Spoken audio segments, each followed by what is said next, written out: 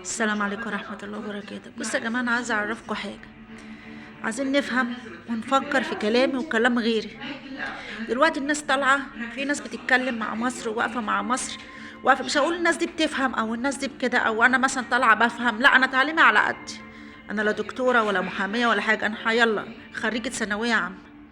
بس احنا عايزين نتكلم بالأصول ونتكلم بجد عشان بلدنا مش تقع. يا جماعة، مش كل من هب ودب تسمعوه وتجروا وراه وتخلوا الحماس الشباب يتكلم. والله العظيم ترجعوا بعد كده تقولوا ده بني السجون علشان خاطر اللي يتكلم ويفتح بقه. ما احنا مش في وقت ان احنا نفتح بقنا عشان حاجة. احنا كل اللي واجعنا ايه؟ واجعنا الغلا، بس مستورين قاعدين في بيوتنا ومعانا عيالنا ومعانا رجالتنا. هتقولوا لا، ده الغلا طلق ناس وعملوا ناس، هم اللي اختاروا الطريق الوحش. الراجل اللي عاوز يعني باقي على بيته وعلى عياله ما كانش طلق مراته لو هياكلها بعيش وملح. والست كذلك برضو لو باقية على عيالها وعلى جوزها ما كانتش اتطلقت عشان تبص لحاجة تانية. طيب، انا طلعت فيديو، يعني نزلت فيديوهين بخصوص مصر وشتمت واتهاجمت. مصر ايه ده؟ بيقعدوا على التيك توك عريانين وبيعملوا وبيسووا عشان يدخل لهم دعم ويدخل لهم. اوكي ماشي، احنا مش بنقول لا ولا انا هنكر الكلام ده، في ناس فعلا كده. بس ليه ما تقولش ان هم مش عشان الغلا؟ يعني في واحد اسمه فانز او حاجه زي كده بيقول لك واحده طلعت بعيالها عريانه عشان خاطر الغلا ومش الغلا. اللي هان عليها عيالها تطلعهم عريانين. كل الامم العربيه والغربيه والشرقيه وكل من هب ودب بيتفرج على عيالها. دي مش ام، دي مش ام. انت هان عليك عيالك يبقى يهون عليك اي حد. ده القطه بتنط من حيطه لسبع حيطه علشان خاطر تنقذ عيالها من حد يأذيهم.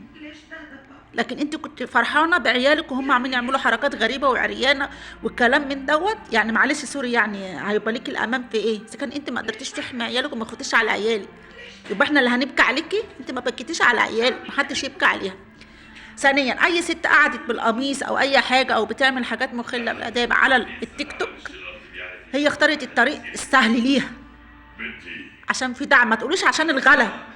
الست اللي مش عايزه تعري جسمها وعايزه تعيش بالحلال، معلش، يعني لو باعت مناديل في الاشارات، لو مسكت فوطه ومسحت بقى العربيات ودخلت قرش بالحلال، بس ساتره جسمها وساتره روحها وساتره بيتها وساتره عيالها. اما اللي قعدوا بقى دولت على النت وعمالين يتكلموا واحنا نتعاير بيهم ونعمل بيهم ويقولوا ويعيدوا، هم اختاروا الطريق اللي هو الشمال ليهم، هم حرين. ربنا اللي هيحاسبهم مش احنا. بس محدش يجي يتمسح ويقولك ده عشان الغلا. ما انتوا عملتوا ثوره مع حسني مبارك وكانت الانبوبه ب3 جنيه ونص، فاكرين؟ كل ربع رز كان بجنيه. عملتوا فيها ثوره وقلتوا لا ده الحاجه وعمل وسوى وكده. دلوقتي بنضرب راسنا باللي في رجلينا وندمنا ان احنا طلعنا حسني مبارك. وطلع بعد كده قرارنا كله كان غلط، ان احنا اتهاجمنا على حسني مبارك وقلنا عليه رئيس مش كويس وكلام من دوت. ودلوقتي كليتنا غلطانين، واللي ما يقوليش غير كده يبقى بيكذب على نفسه. مين دلوقتي ما بيقولش فين ايامك يا حسني؟ مين؟ ما علينا. دلوقتي الرئيس بتقولوا غلى الحاجه وعمل الحاجه، هو مش هيغلها منه لنفسه.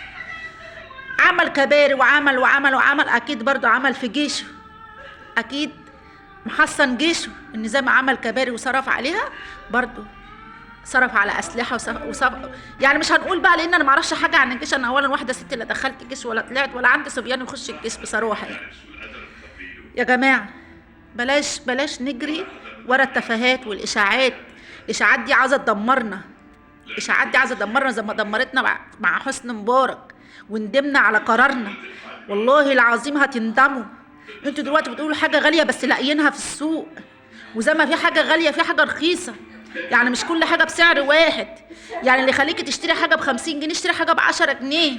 ما حدش يقول مش لاقيه، لا، هتلاقي حاجه ب10 جنيه. اللي عاوز يمشي ب10 هيمشي، واللي عاوز يمشي ب50 هيمشي. انا واحده من الناس بشقى عشان خاطر عيالي. انا مش غنيه ولا انا كده ولا انا كده، انا واحده عاديه خالص وتعليمي على قدي. بالله عليكم، بالله عليكم، ما تمشيش ورا ناس تافهه الله اعلم جايين من اي داهيه ولا جايين منين عشان خاطر يخربوا مصر. مش عايزه اطول على الفيديو. يعني واحد من يومين مربي شعره كده معاش اسمه ايه، يقول لك ده من يومين الكلام ده، يقول لك ده خلاص السيسي اخر واحد هيمسك مصر وبعد ساعات بس الحرب هتقوم. واكيد منكم كتير قوي سمع الفيديو ده.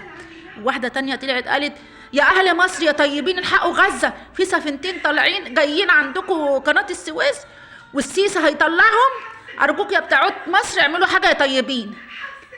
هما بيستهبلوا بتوع مصر عشان بتوع مصر طيبين، بس مش برياله، مش برياله زي ما في ناس بتجري ورا الكلام لهاي وعايزه تعمل ثوره. في اكتر منهم ناس فاهمه وعاقله وواعيه، عارفه احنا عايزين ايه، وعارفه الناس دولت عايزين ايه، وعارفين ايه، عايزين خراب مصر.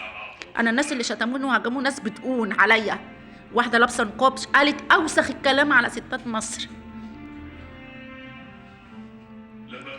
برضو اللي شتمني وقال لي وهاجمني رجاله بتقون، الله اعلم منين يعني. فعشان خاطر النبي، عشان خاطر النبي بلاش تمشي ورا التفاهات والقذرات. الست اللي قالت في مركبه مركبتين جايين باسلحه، كنت انت ايه؟ وكيله وزاره السيسي؟ عارفه ايه اللي داخل علينا وايه اللي طالع؟ وش عرفك ان المراكب دي مليانه اسلحه؟ بطلوا ايه اللي كيدكم في مصر. مصر ديت اسمها ام الدنيا، مش هنقول عشان قويه، لا، عشان فعلا هي الحضن الحنين لاي بلد بتقع في شده او بتقع في حرب، فاتحه كل ابوابها. عمر ما السيسي او حسني او اي حد مسك مصر قال لي دوله تانيه ما تخشيش عندنا. ارحمونا بقى، ارحمونا. واحنا ان شاء الله زي ما في شويه ناس بيمشوا ورا الكلام الهايف وبيمشوا وعاوزين يعملوا وعاوزين كده، برضو في ناس تانية واكتر منهم عارفين ان انتم ناس داخله البلد عشان تخربها، ناس قاعده على السوشيال ميديا عشان تخرب عقول شبابنا ورجالتنا ونسائنا والكلام ده.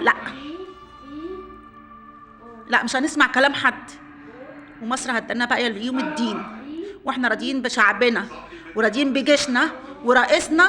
وتحيا السيسي وتحيا رجالتنا وتحيا جيشنا وتحيا شبابنا المخلصين للوطن، وتحيا برضو الستات اللي هم ب100 راجل. وبعدين اقول الستات اللي ب100 راجل مهما يهاجموني ومهما يعملوا، احنا الستات اللي ب100 راجل. مش هقول اكتر من كده.